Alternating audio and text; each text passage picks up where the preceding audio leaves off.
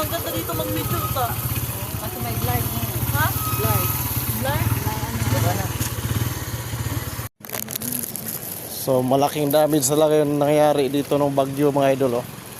Kita mo yung tulay na putol sa lakas ng bagyo. Ayun yung kalsada. Oh. Ayun yung karugtong niya. Oh. Ayan, oh. Tapos hanggang dito.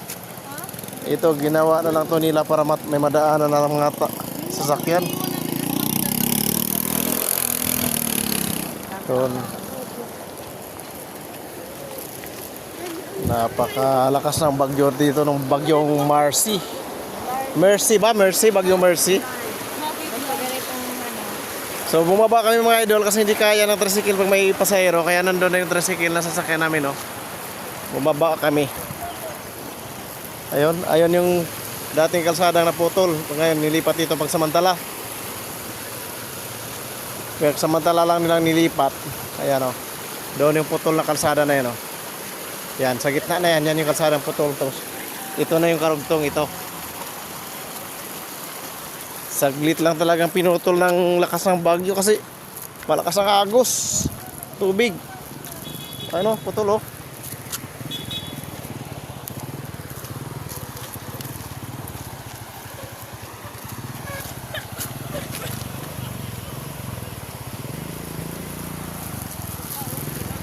So, sakay na tayo. Ito yung service namin. Ito. Wala, naka-video ako. So.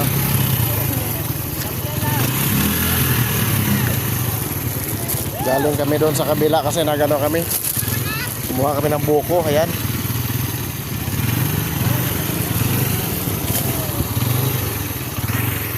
Okay, uwi na tayo. Sakay na kami ulit. Bumaba kami doon dahil di kakayanin. Okay, mga idol. Thank you. Thank you. Ito pa dahil! Kapatid niya yung mapil na kayo tingnan. Tanggal.